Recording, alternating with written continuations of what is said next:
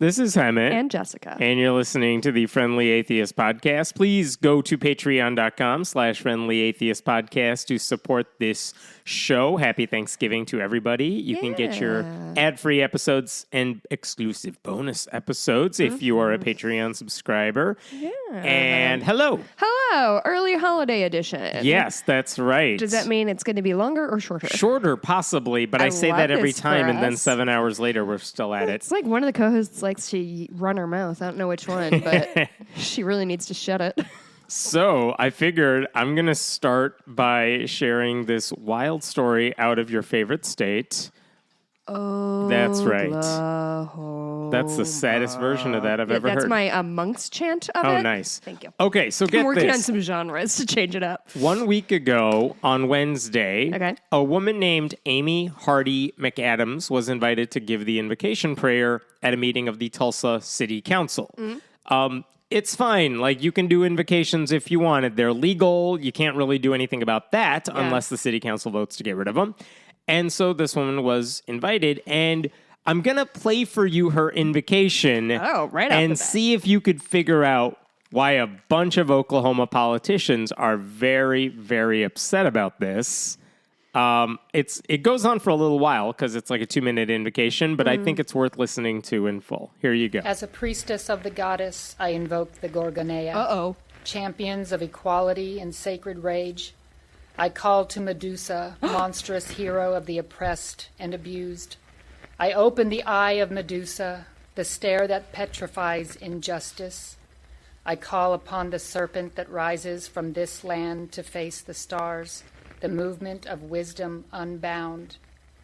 May these leaders find within themselves the embodied divine, the sacred essence of the spark of the universe and the breath of the Awen. Place in the hands of these leaders the sacred work of protecting the sovereignty and autonomy of all our people.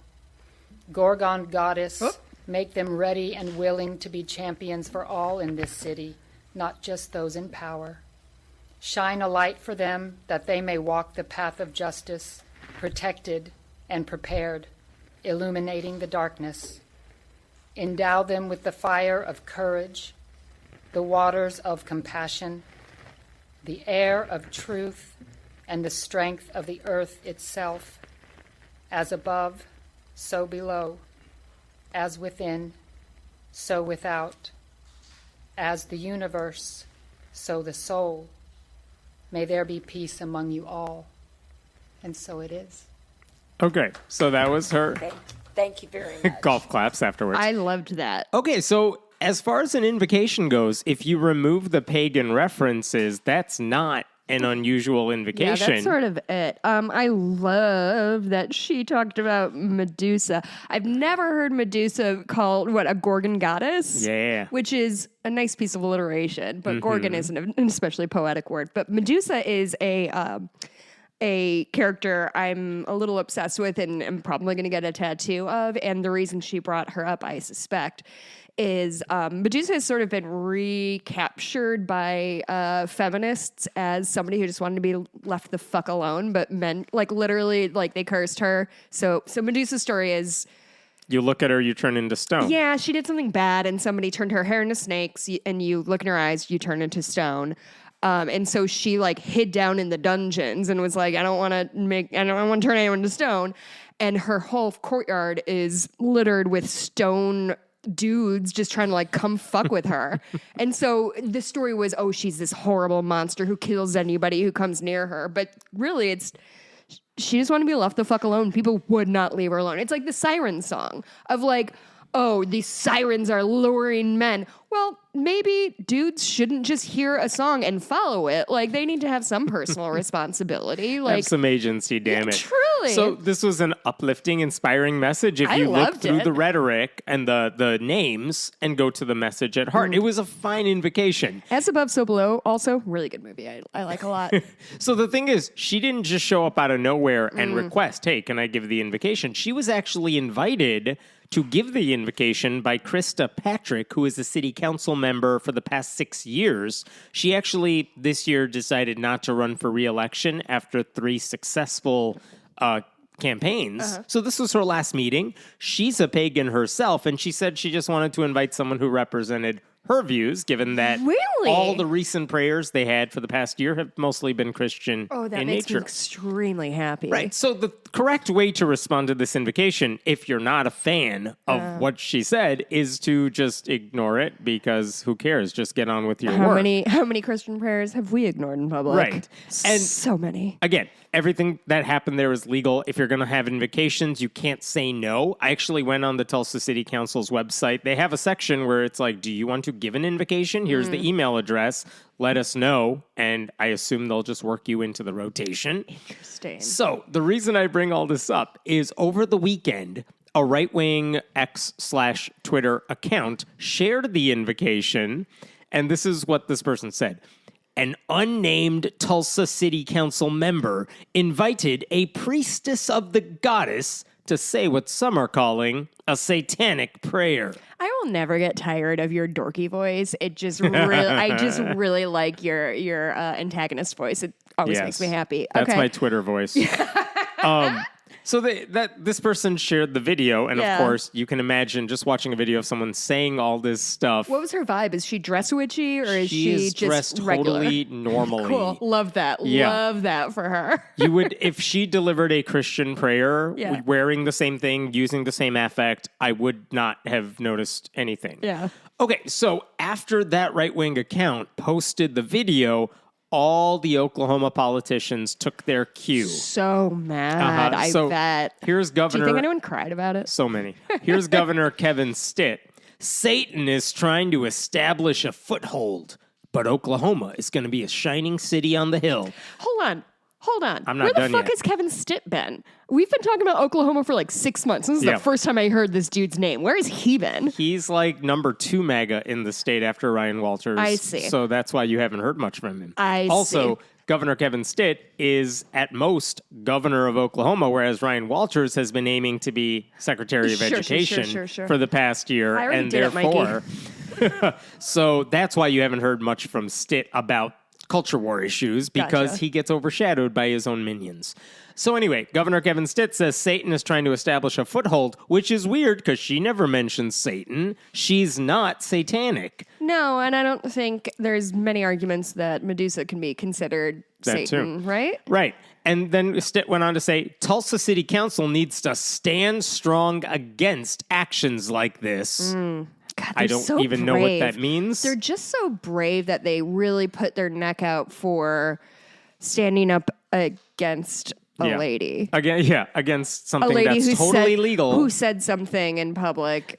And also, Tulsa City Council invited her to speak, just to be clear. They invited her. And then he went on to say, Tulsans need to remember who allowed this at the ballot box. Allowed what, by the way?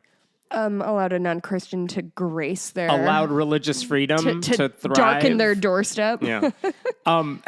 So she's not satanic. In fact, if you go on her website, this is, again, Amy Hardy McAdams. If you go on her website, she describes herself, and I'm quoting this, as a third-degree high priestess of the Artemisian fairy faith tradition of witchcraft. Hey, Artemis is my tattoo. This woman and I have a lot, and I think we'd be friends. I think so. So, like, again, what did Kevin Stitt... A friend is somebody who you like and they like you, and then you spend your recreational time together. So what did Kevin Stitt want the council to oppose? The First Amendment, allowing non-Christians to speak? I'm not sure. Mm-hmm. Again, who allowed this? I mean, literally everyone who served in office and took an oath on the Constitution. The founding fathers, whatever. Like, in theory... George Washington, I guess? In theory, Kevin Stitt himself allowed for this to happen because he took an oath on the Constitution, but he wants to punish, via the ballot box, everyone who decided they did not want to face a lawsuit by discriminating against a non-Christian speaker. Then, that was Kevin Stitt. You know Ryan Walters had to chime in. Yeah, Ryan Walters, what do you have to say, bud? Because he's not working on education, so he chimes in on everything. He missed his dream job, so now he's just he's just in his sweats, eating chips on the couch. He lost Secretary of Education to a wrestling mogul. That's so embarrassing It for him. It really should be. So Walters says this. I bet Ryan Walters has cried a lot in the last few days, and I'm not sorry about that, but I'm just imagining it and smiling because I'm a monster. Bring me a mug of his tears. Oh my God, it would make me so strong. Here's what he says. Satanic prayers are welcome in hell, but not in Oklahoma. Satanism is not a religion. Let's pause there.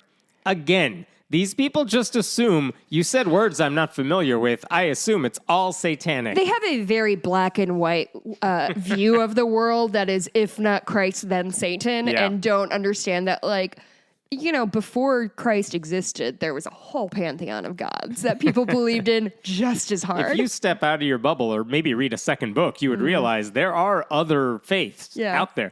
Yeah, so Satanism is not a religion, he says, and then Ryan Walters says... I think it is. Is it legally Satanism a religion? Yes. Because, like... It counts, I believe, legally speaking.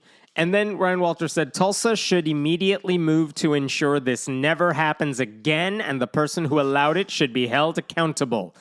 What does he want to never happen again? Allowing non-Christians speak? Allowing a woman to speak? With him, you never know.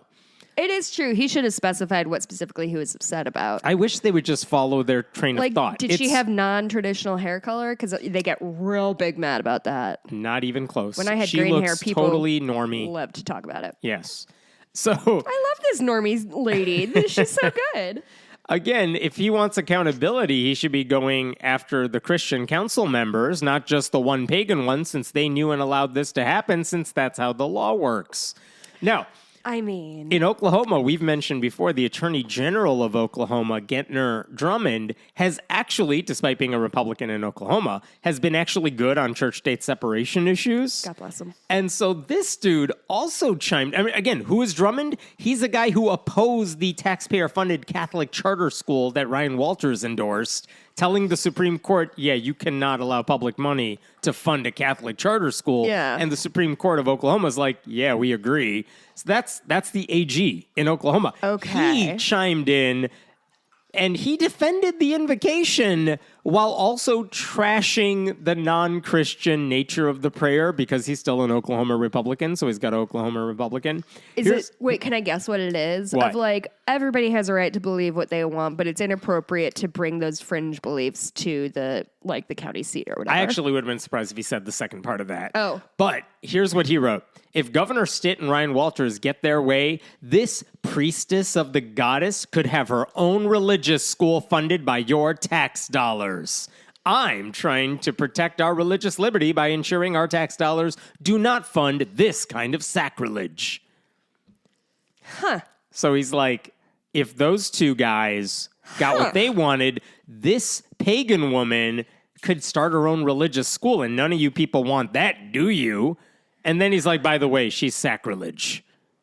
Like, you don't have to trash her in the process. You could just stand up. What it feels like? For religious liberty. It does feel like when somebody writes in and they have to qualify. So it's like, I used to hate Jess, but now yada, yada, yada. Like, people always have to turn that knife a little bit. You can't just say something. You have to also the vibe of this is, do you want this person having her own school?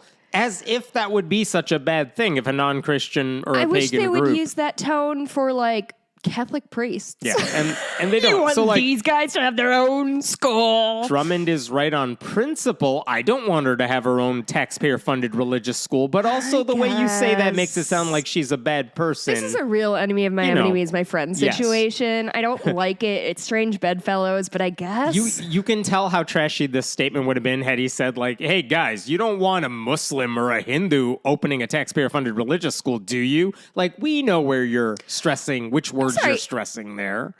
Do you think they haven't said that? I'm sure we could find plenty of quotes of them saying I'm telling you, as someone who's watched this Drummond guy for the past year or two, I haven't seen him say anything like it. He's actually been good, but that was a weird thing to say. Anyway, so the thing is, you know how I know all of this outrage is performative? Because this isn't the first time she's spoken in front of the city council. Perfect. She actually delivered an almost identical invocation in June of 2021, also at Krista Patrick's request, but no one noticed because the video didn't make the rounds, so no one really cared. Guess what? It didn't seem to hurt anybody. Was it not, the video didn't make the rounds in that it wasn't online, or it just didn't catch? Just didn't catch fire, and it wasn't tweeted out by some right-wing account trying to stir up shit. Interesting. So, like, no one was affected by that one in 2021. No one was harmed by the recent invocation either, but outrage is currency in the Republican Party. It truly is. And pretending to be a champion of conservative Christianity at the expense of all non-Christian religions is the only way to get ahead in a party that doesn't give a damn about anyone outside their tribe. Yeah, I mean, sure. I saw a thing about, like, they won. Why are MAGA people still so fucking mad all the time? And it's like, that's kind of the only way they operate. It's my favorite thing. They're only reactionary. My favorite thing about Blue Sky and the exodus from Twitter to Blue Sky is the fact that all the rest of us, the more left-leaning progressive types, we're fine on our own because I don't know, the people I follow are really funny and smart and thoughtful, and I like following them. But the right needs us to dunk on, and if we're not on Twitter, who are they going to talk to? Their own awful buddies? No, they don't like them either. And I mean, it's such an echo chamber there that, like, truly, without something to, like, jump off of, what are they going to, like, we'll talk about, you know, laws and philosophies and history and shit like that on Blue Sky. And they talk about us. And so if they we're talk gone, about us, or they talk about, like, whatever grievous thing they have about the Second Amendment. But, like, there's not a lot of meat on that bone. And it's not going to be a fun place to hang around when it's just people, like, complaining about their cyber trucks and then Elon Musk calling everybody pussies or whatever. Yeah. It's the most divorced place in the world. My favorite thing about the responses to this from non-politicians, there was a Facebook commenter calling for Krista Patrick's removal from the city council in the wake of all this. And he also wanted to remove all satanic prayers, all caps, all satanic prayers in our government. And then someone chimed in on Facebook and said, hey, this is her last meeting. She didn't run for re-election. She's going to be gone after today. He responded, I wonder if it's been going on for 6 years and we just now know it. Well, I mean, I can't believe you didn't notice Medusa cruising down the street. Like, yeah. What are you talking about, sir? This idea that this pagan woman has been on the city council, she's been there for 6 years and you didn't care or notice until now because this week is the week that conservatives decided to make it an issue and you're dumb enough to fall for it.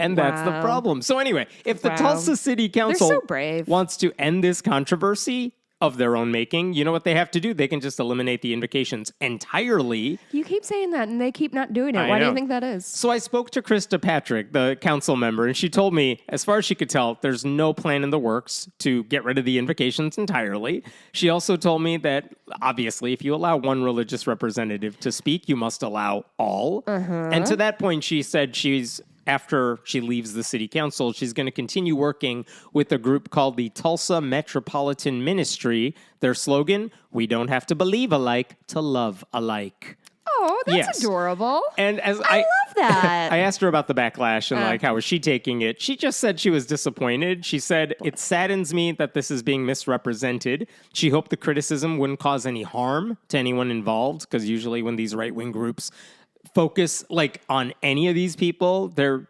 looking to stir shit up. Yeah. She says she's always been pretty open about her paganism and that her religion has never been a thing, unquote, among her colleagues.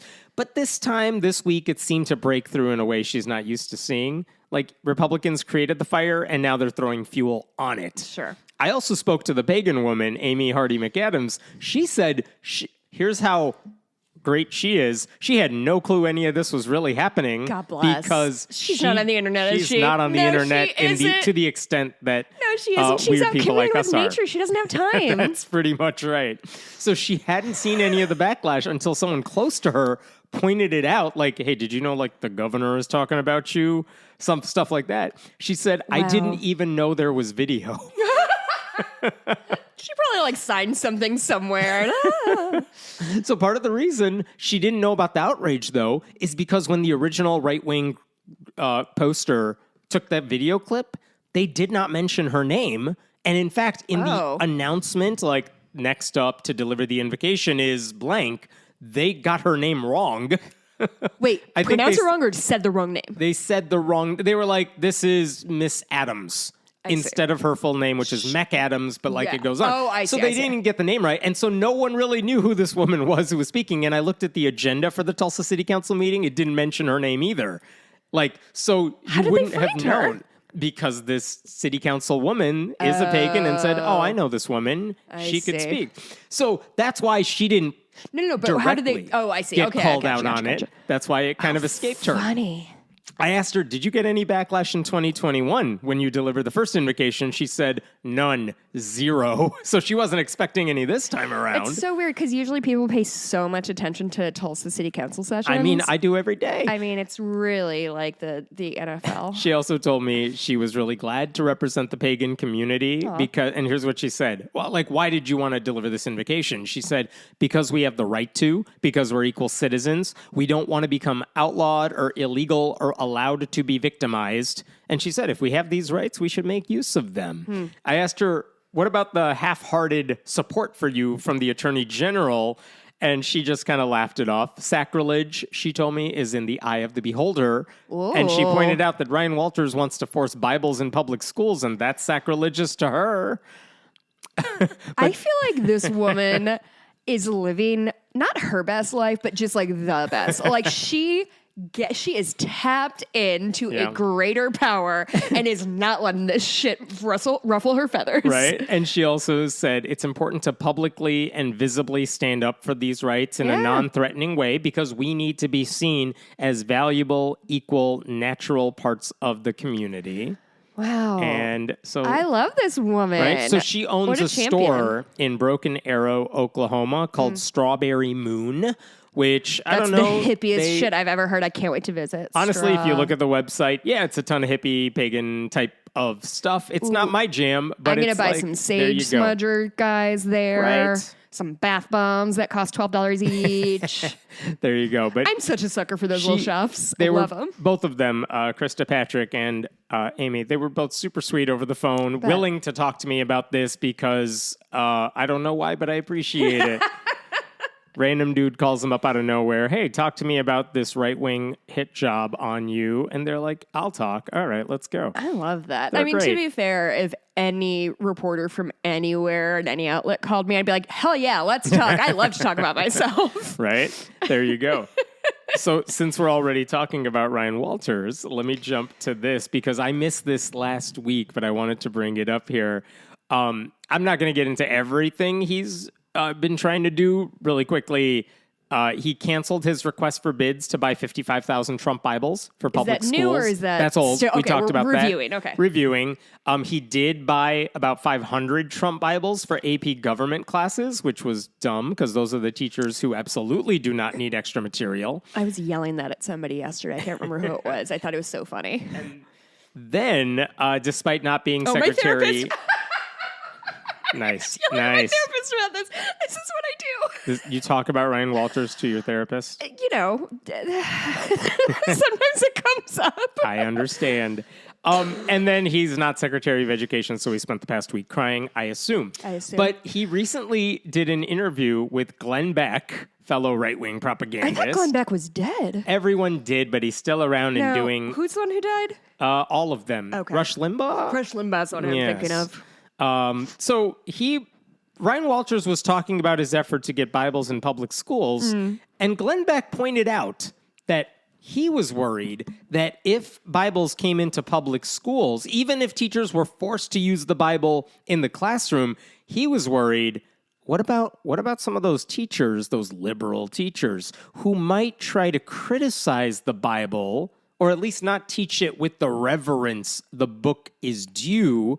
Glenn Beck, famous Mormon, is very worried that the Bible's not being taken seriously. I don't think I knew Glenn Beck was a Mormon. Mm-hmm. But it's a bizarre fear because we know what happens whenever Christianity is brought into public schools, whether we're talking about chaplains, Bible as literature classes, or after school clubs. Everyone says we're doing this objectively, neutrally, but Christianity always gets the upper hand. Teachers turn into Sunday school preachers. Christian clubs are allowed. Satanic alternatives are banned. Bible stories are taught as if they are fact.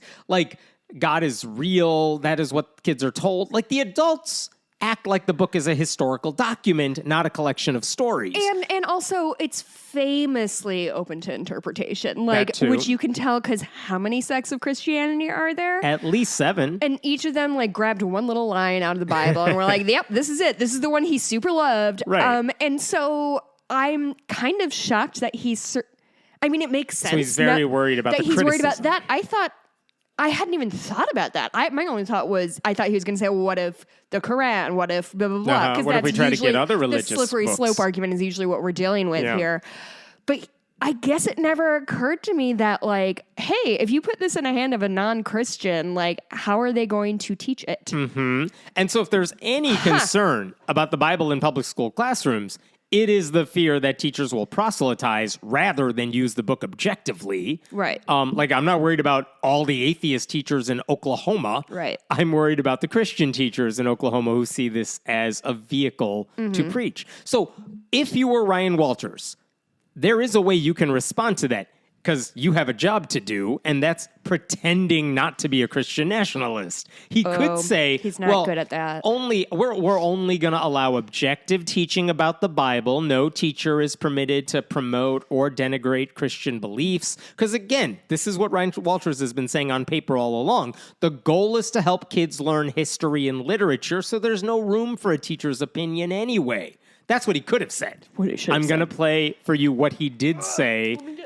to Glenn Beck about Bibles in schools. All right, got my cans on. We have to do this the right way. We've already put out guidance that says, listen, you're not to come in here and push your view of religion onto the kids. Okay, this is a history lesson. This is understanding its historical context. So, again, we give these examples in our guidance, and we say, listen, you are to teach it in its historical context in these specific standards. So we've laid out, this is how you teach it, this is where it is, this is the historical context around it. And again, if we have somebody in there attacking religion, trying to push that view on kids, they're not going to teach in the state of Oklahoma. We're not going to tolerate that. You've seen these leftist activists. We've been crystal clear. Here are the educational standards. You will educate, not indoctrinate. And if you cross that line, you're going to have to find another profession. So just the irony of that just last to summarize, sentence is delicious. If you cross the line, you'll have to find another profession, says the guy who's spent the past years crossing every line he could find. The people who are most likely to indoctrinate kids, he says, are not Christians who get to use the Bible. It's leftist activists who would be attacking religion in the classroom. I mean, to be fair, it seems pretty likely that an AP government class is probably taught by somebody on the left, just because I just think that maybe the right isn't super interested in making good civic citizens and teaching them how the world works, and instead telling them to be quiet and I said this scared. last week, but all the articles about the push to get Bibles to AP government teachers, none of them include quotes from AP Gov teachers who really want this. None of them. Oh, because they don't seen exist. So does Have anyone... any AP Gov teachers responded? I haven't seen any yet. At all, period. In any mainstream news article about it. So, like, does anyone seriously think... I'm sorry, it's such a good point that you made last week that, like, an AP class is not just sort of whatever the teacher is vibing that year. Very much it's has very a set curriculum. structured. Mm-hmm. And boy... I've honestly been thinking about that ever since. Does anyone seriously think a teacher who says Adam and Eve really existed, which is false and, like, that's proselytizing, would that person be reprimanded in any way? No, I doubt it. This is Oklahoma. But a teacher who correctly says Adam and Eve are fictional characters, even in the context of explaining the Genesis story so kids can understand some reference in another work of literature, Ryan Walters would probably go after that person for attacking the Bible that he made them use in class. Beck, of course, pushed back on none of this because he's Glenn Beck. Why would he? I just sort of circled back in my mind to one of my earliest memories of like a news event. And I feel like if you live in the state of Oklahoma, the biggest thing that ever happened in Oklahoma City was the bombing, which was done by a white Christian nationalist. So I guess my question is, did they forget that? Or did they just dismiss that? They forgot the pandemic. How are they getting so far back into Christian nationalism when Christian nationalism literally killed a classroom full of babies? They're obsessed using the Bible to teach history because they don't know any history. I'm telling you, they forgot the pandemic and the lessons of the pandemic. These people are not going to go back 20 years, 30 years.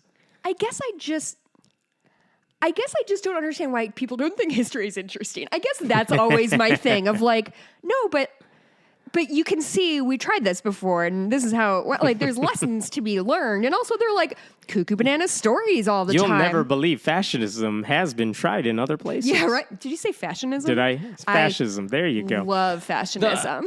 The thing about everything Ryan Walters is saying, though, on paper, he's taken a very different approach. Like his own guidance letter to teachers about how they got to use the Bible, it said you have to explain how biblical principles have shaped the foundational aspects of Western societies, such as the concepts of justice, human rights, and the rule of law. He said they have to assign essays that require... I don't like human rights. Yeah, I know.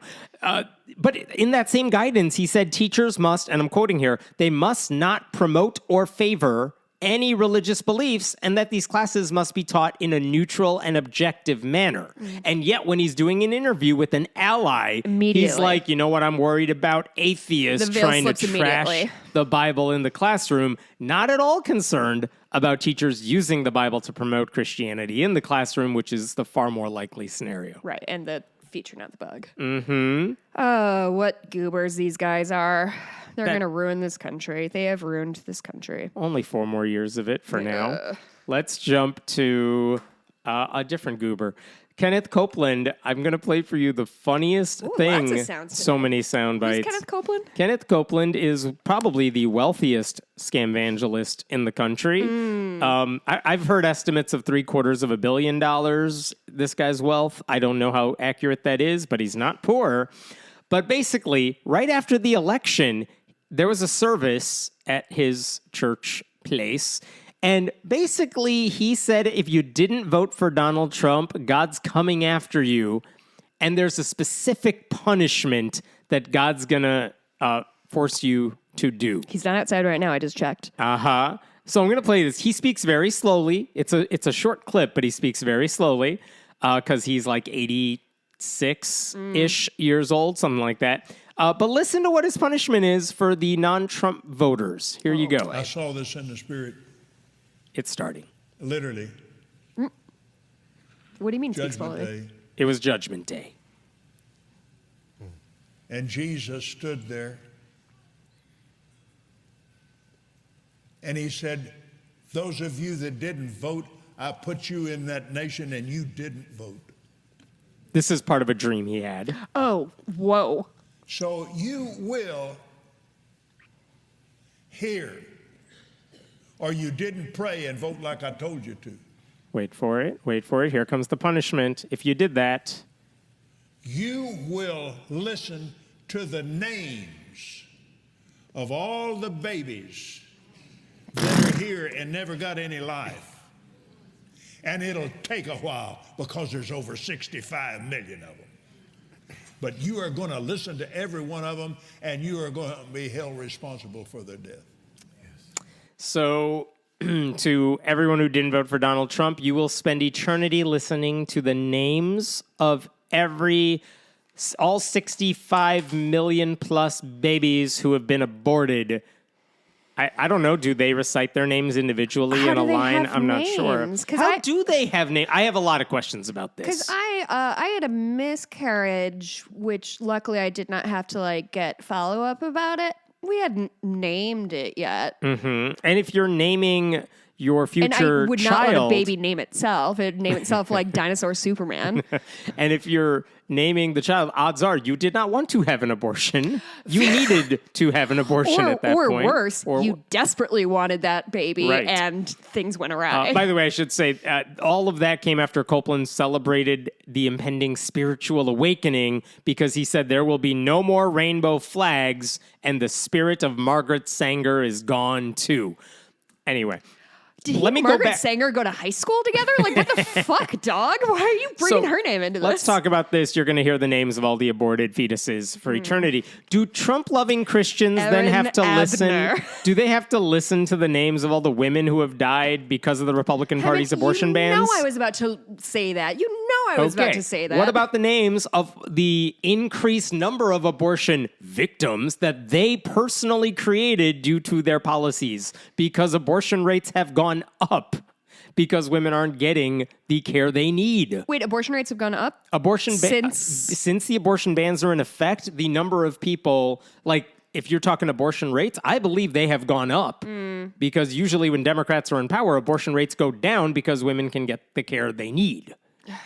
Boy, this is going to be so bad. While we're on this subject, do Christians have to spend eternity listening to the names of all the LGBTQ people who took their own lives as a result of faith-based bullying? What about all the people who died in the HIV crisis because Reagan thought it was like the queer mumps or whatever he called it? To quote George Carlin, this is actually back to Copeland. How can you weep over victims of abortion while celebrating the end of rainbow flags?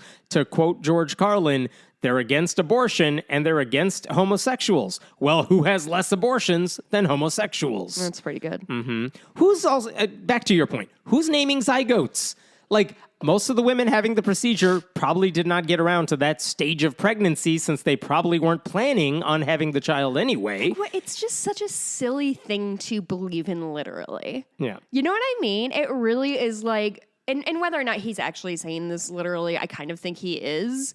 It's just like, of all the, like, their name, like maybe their faces or what they would have done or whatever, but like, Yeah, of all the things, their names, I don't give a shit. Right. Like, you can just read me a list of names. I don't know what to tell you about it. I mean, if you wanted to go for effectiveness, you could have said these aborted babies will tell you what they would have invented. See, this had is they what been I'm alive, saying. They what need music to get they would have better at composed. this shit. Yeah, no one cares about their names. And it reminds me of a quote I think I recently reposted, and I'm hacking it to bits, but it's basically, I'm much less interested in the way, because they used to be really obsessed with Albert Einstein's brain, and they like wanted to weigh it and measure it and cut it up and see, like, put it in a slurry and drink it.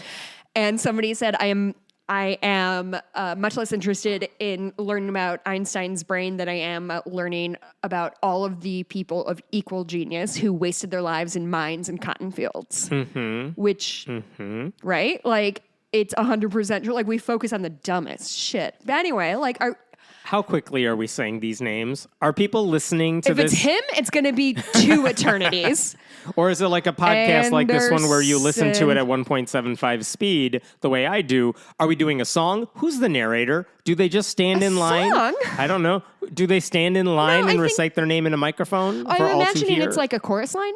Have you ever seen a chorus line? No. God, I hope I get it. But they're all standing in front of the stage and they step up and they do their song. Oh, God. Yeah, at the ballet. That sounds horrible. That's why I haven't seen it. Oh, no, it's outstanding. It's a lot of dancing, a lot of leotards, a lot of thongs, a lot of big fan kicks. Here's a question. If you're an aborted baby, where do you go for eternity? Oh, you have to go to heaven, right? That's the whole... purgatory. I just did the thing. Okay, somebody's going to get this. That's not what evangelicals believe. That's not what... The thing that Steve did in Sex and the City when he's like, I don't know, they're just like a little flying hat. I'm doing a gesture. People will get it if they saw Sex and the City. You're doing it and I can't even describe it. It doesn't matter. It's pretending like your head is like a little thing by itself with little wings on it. I love it.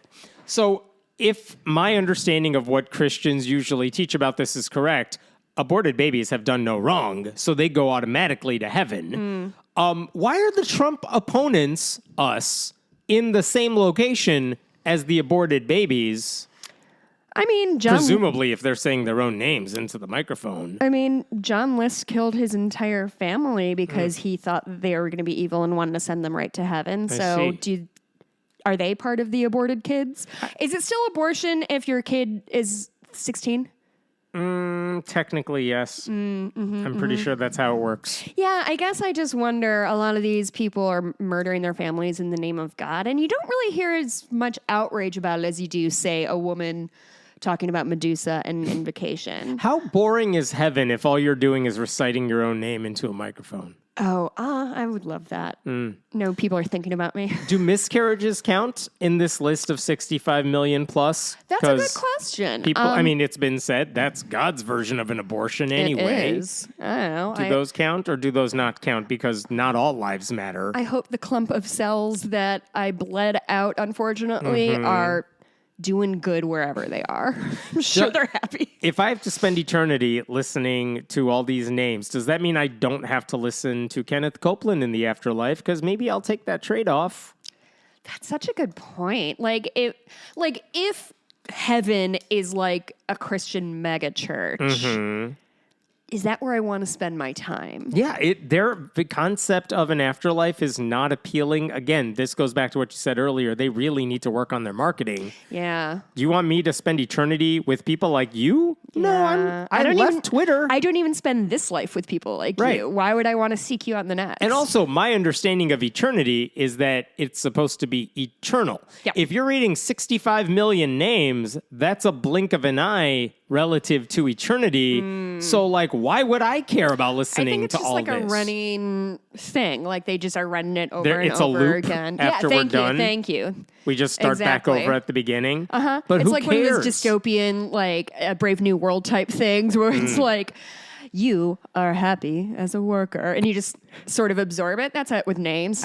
James T. Garfield. I still think listening to a Christian threatening everyone else with his idea of the afterlife, it's like threatening a vegan with spoiled meat. Like, why do you think we would care? No. It might make you feel better to think this is what's going to happen to me. Well, because but I promise you there's no effect on me because I don't buy into this bullshit. Yeah. It's so stupid. I'm so glad that Christianity has become this force for good. Like, really, if Jesus came back, he'd be like, yeah, dog. I love that there are people starving in the wealthiest country in history. But I am sad that people get abortions when they don't want to be pregnant. So those are my two main things is one, Christian, two, sad. By the way, quick correction. He's 87, and he has said in past sermons, God intends for him to live until he's 120. Oh. So I'm sure he's taking some of what's-his-face's supplements to help with that. I'm sure he's drinking the blood. Oh, my God. I bet he's doing blood transfusions. I bet you fucking anything. If he's that rich, I bet you he's got, like, some teenage boy follows him around and, like, does blood transfusions. There you go. I saw that once on, like, Silicon Valley, so they I assume just crack open the dude's, do. the teen's head and just... Well, no, but yes. It's more like a mass situation. Not the way I wanted to imagine a Christian leader with a teenage boy, but we'll allow it. Wait, have you seen Midnight Mass yet? A little bit. A little bit. We should revisit that. Let me jump to a different story. This one's out of Ohio. This is a follow-up to something we talked about a while ago. You don't get a different song for every state. That's just their chant. I know, I won't do that still. all the time because that's not as satisfying, and it won't annoy you nearly as much. We talked about this maybe 6 months ago, but basically, last year, Ohio lawmakers living in a gerrymandered state, they voted... the Republicans in Ohio voted to spend nearly $1 billion on school vouchers, or at least they allowed for that to happen. And they spent nearly $1 billion in a single year, and it's only going to get worse in the future. These are vouchers that let taxpayers just take their kids out of a public school, go to a private school, and usually those are Christian schools. I have a quick question, just a clarifying question. When it comes to, and you might not know this, when it comes to public school funding, is it based on just the population that it serves, or is it based on the number of students? Property taxes from their communities, a little bit of federal money a lot of times. But like if people are pulling their kids out of public schools, is that necessarily... You're going to get less money. You're going to get less money as a public school. Yeah. Okay, just wanted to clarify. So it's bad for many, many, many reasons. Oh, yeah.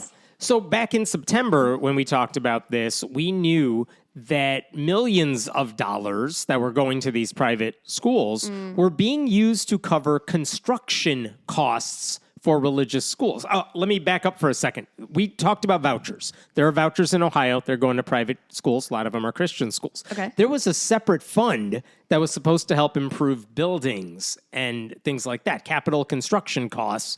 And what we found out is that millions of those dollars were going to private religious schools as well.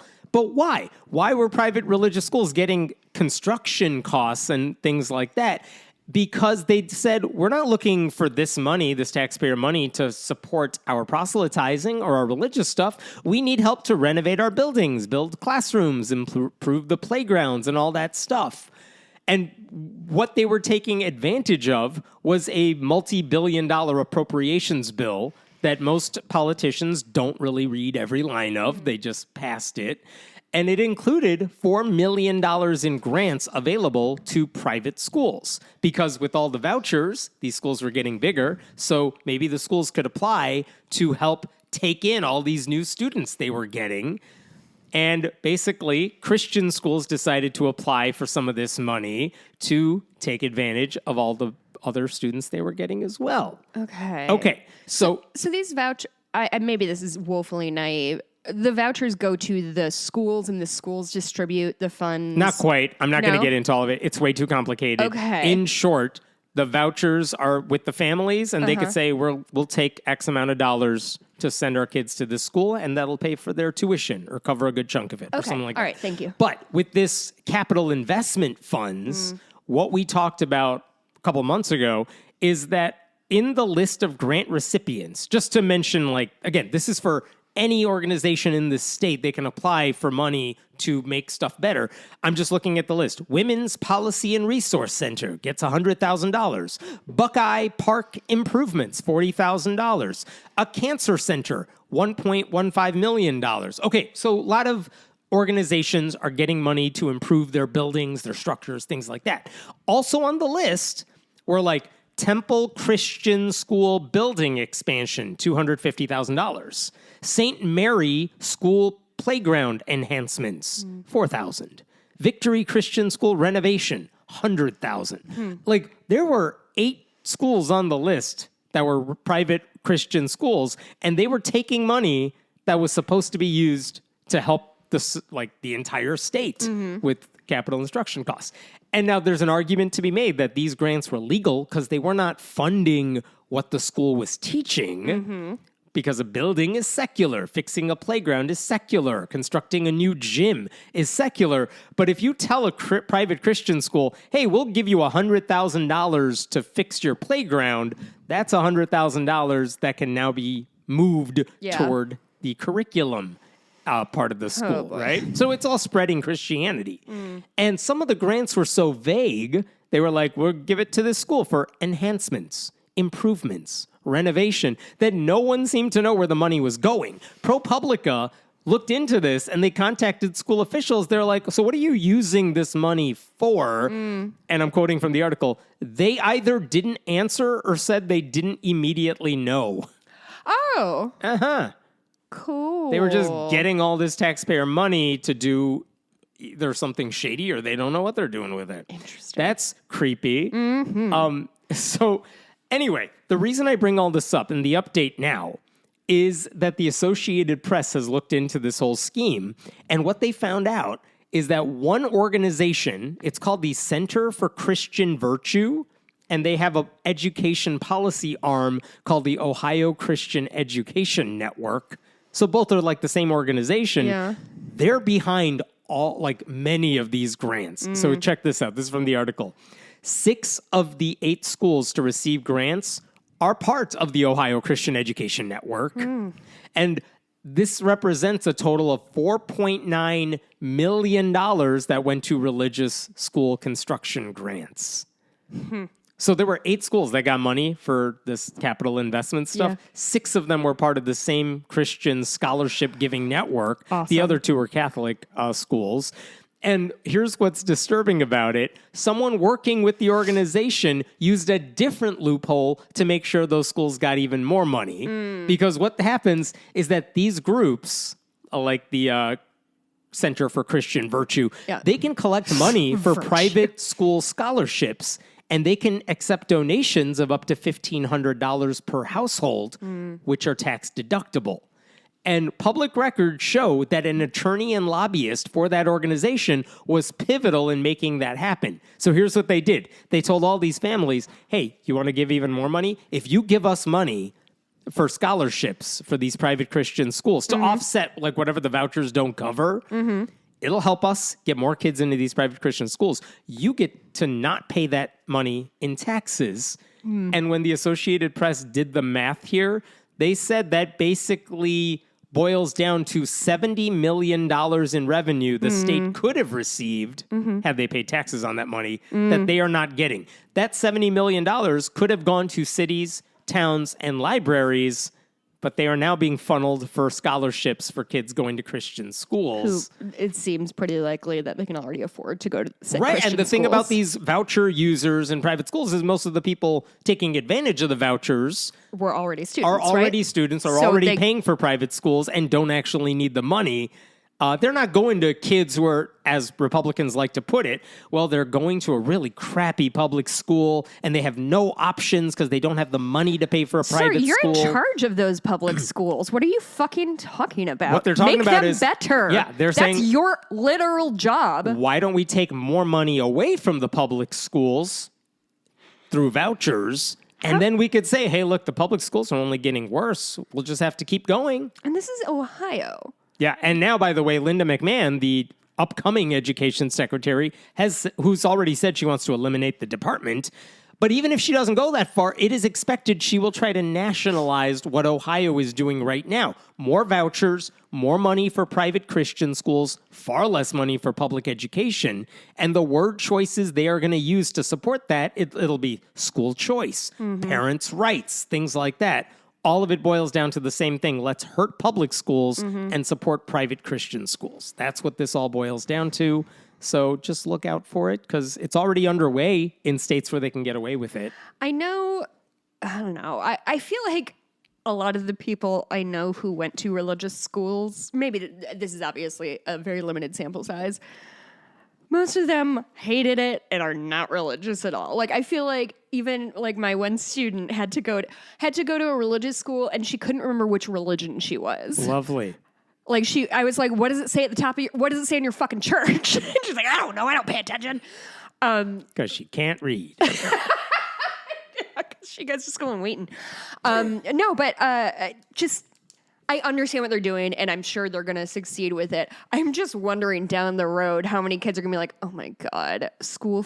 Like, do you know anybody who went to Catholic school? Oh, yeah. Do you know anyone who liked going to Catholic school? Oh, no. Yeah. Like, it's just not, it might backfire. Catholic schools. I mean, it's bad. Don't trash Catholic schools. They're our best recruitment tools. Yeah, that's true.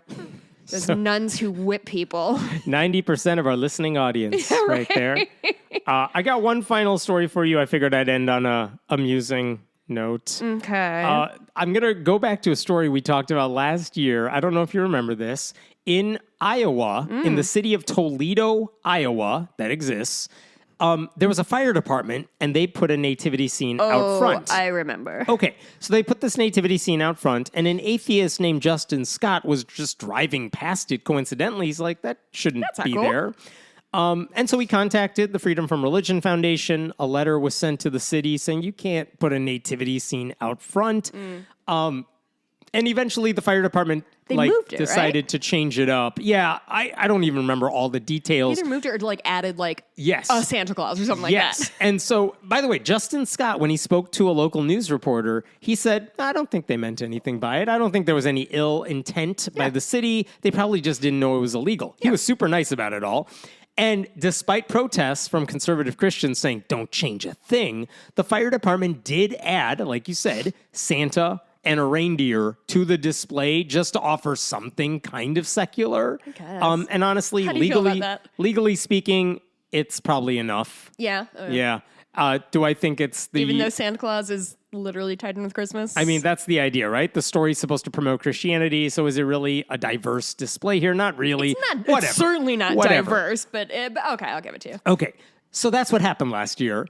And at the time, there was one Christian pastor in the area, Adam Todd, who runs Solid Rock Bible Church. And on Christmas Eve of last Solid year... as a rock. No idea what you're saying. Last year... Such a liar. On Christmas Eve, this pastor, Adam Todd, he was so mad about all of this that he basically railed against Justin Scott and claimed that this modified display that the fire department had put up with Santa and the reindeer was really an example of atheists trying to go after Jesus. I'm going to play for you my God. A clip. So many clips I know. this week. It's a clip of Adam Todd, this pastor, really upset about this. And I want you to see, here's what he thinks the capitulation by the fire department really represents. The capitulation of putting up a Santa and a reindeer. That's correct. All right. Here's his sermon. These are like 3 different clips condensed into one. Got it. I'm going to bring it up later in the sermon. I'll bring it up right now. You know the coward that wanted to take the Nativity down here at the fire station. When they asked him for a comment, I never intended for nobody to take it down. BS. That's what that is. A liar. I never intended for them to have to take it down. Sure you did. You just wanted to cause problems. But you're going to act like it was a noble. You never meant no harm. Sure you did. This guy's an asshole. You act noble, but you have evil in your hearts. Next part. And out of town, evil man sticks his nose somewhere it had no place, just to demean Christ. He doesn't care about Santa. He just wants Santa to be up there to make a mockery of the Nativity, to demean it. So he can go around saying, it's just 2 imaginary fairy tales now. That's why he's around. He sees it as a victory because he can put an imaginary creature, Santa, beside our Nativity. Reindeer. And in his mind, he's won because he's just demeaned and defaced our Nativity. Well, last part. These mythical reindeers. I told my family. Listen to By this. next year, we need to have something that would fit in, same style, to go with our Nativity. We ought to have over here, lurking in the shadows, King Herod with a knife, looking to kill baby Jesus, and then tell everybody that's the representation for atheists. That way we're all inclusive, we represent everybody. And we can represent atheists by having King Herod over here. We can represent Satanists by having King Herod over here trying to stab little baby Jesus, because that's all that's going on. Last part. Little baby I'm dead Jesus. serious. We ought to do that.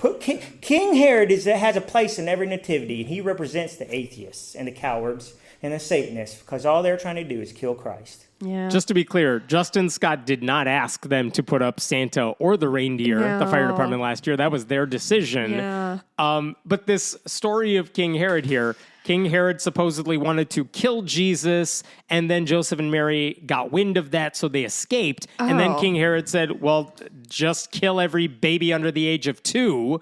And Jesus still managed to not be caught up in that. That's the story of King Herod in the Bible. And this guy's saying, I don't think I fine, knew that story. let's put up a display. If you want diversity in the nativity scene, we'll put up King Herod and show him trying to stab Jesus. And that'll be like, look, it's the nativity, but we got atheists in there too. Ha ha ha, that's diversity. Honestly, learning about this Herod story that I was not familiar with, it really brings a lot of new context to the Herod song in Jesus Christ Superstar, because he's speaking to somebody he tried to kill as a baby. Isn't that interesting? There you go. It makes his sort of wackiness Glad I a could little explain sillier, Joseph to a little you. scarier rather, because Joseph. No, The musical. it was Jesus Christ Superstar. Oh, Jesus Christ Superstar. Just Sorry. another drink code is the other one. I mix up all the musicals I don't care about. Well, they're both biblical, and they're both by Andrew Lloyd Webber, so don't be too embarrassed. So here's the deal. I don't think there's a nativity scene outside the fire department this time around. But it's only November. But that church Oh, boy. that Adam Todd runs does have a nativity scene. And guess what's in his nativity scene this year? Oh my God. Is it like a Burning Man, but it's Herod? He has Herod in the nativity scene. I'm going to show you first the picture of the nativity scene. Looks fine, normal church nativity scene. Let me zoom in on Herod. We'll post this in the Facebook group. How would you describe this Herod display who is lurking behind? Oh my God. He looks like a Dothraki soldier. I was going to go with Jason Momoa. Yeah, Yeah, me too. Yeah. Good for us. We're really synced up. Okay, so his hat says Herod and his hat says atheist. His hat says atheist, and but his shirt. clothing has the word Herod on it because everyone wears clothing with your name on it, just in case you forget. Did they label like Jesus? I have a question for you. Mary, donkey. Look at his belt. You mean the Planned Parenthood symbol on his belt? That I was is just coming to that. Thank you. Is that a Planned Parenthood symbol? Right? I think it is. I think that's what they're going for. Oh, yeah, no doubt. No doubt. I also want to point out that this Jason Momoa Herod is holding a knife, a stabbing knife, which is dripping blood. A stabbing knife. It's dripping blood as the display goes, which means he's already been on a killing spree. Well, he was killing all the other 2 and unders. I guess so, but he's right there. Like, how bad does your aim have to be when the baby's right in front of you? And where is he in comparison to the rest of the scene? I couldn't see him. I'll zoom in on the original Nativity. Come look, because you have the parents and the manger, and he's lurking in the background right there. Right behind the words, by the way, joy to the world, which, I don't know, vibe shift? Yeah. That's weird. I guess bonus points, he spelled the word atheist right. I'm kind of surprised by that. Truly, most atheists can't do that, and I include myself. I just want to also point out, like, this dude put a nativity scene outside of his own church, presumably because you want to celebrate the birth of Christ. No, he wants to stick it to atheists. That's right. Literally. Herod is not some character on the side of the display. He is front and center. If you take a picture of this nativity scene... Yeah, he's right smack in the middle you there. You cannot escape the atheist. This is how much, as Justin told me when I spoke to him about this, I cannot believe I've been living rent-free in this guy's head for a full year now. He has been big mad about this for a real long time. I also remember the voice this pastor was doing when imitating Justin? The falsetto you should southern start doing vibe? That. I like that. That does not match up with the look of Herod in this display. Oh, I'm Herod. I'm gonna kill your baby. That's Also, more like a Michael Jackson voice, if right? this pastor ever read the Bible, you would know Herod never actually got close to Jesus. So I'm just saying, at a biblical level, this seems wrong. No, it doesn't seem correct about It's historically inaccurate, this nativity scene with Herod right behind Jesus. How bad does your aim have to be? I don't know. I hope all the nativity scenes start having a Herod. This is kind of badass. Oh my God, it's sort of dope. If you think this is diversity, it's not. This would actually still violate the rules of neutrality.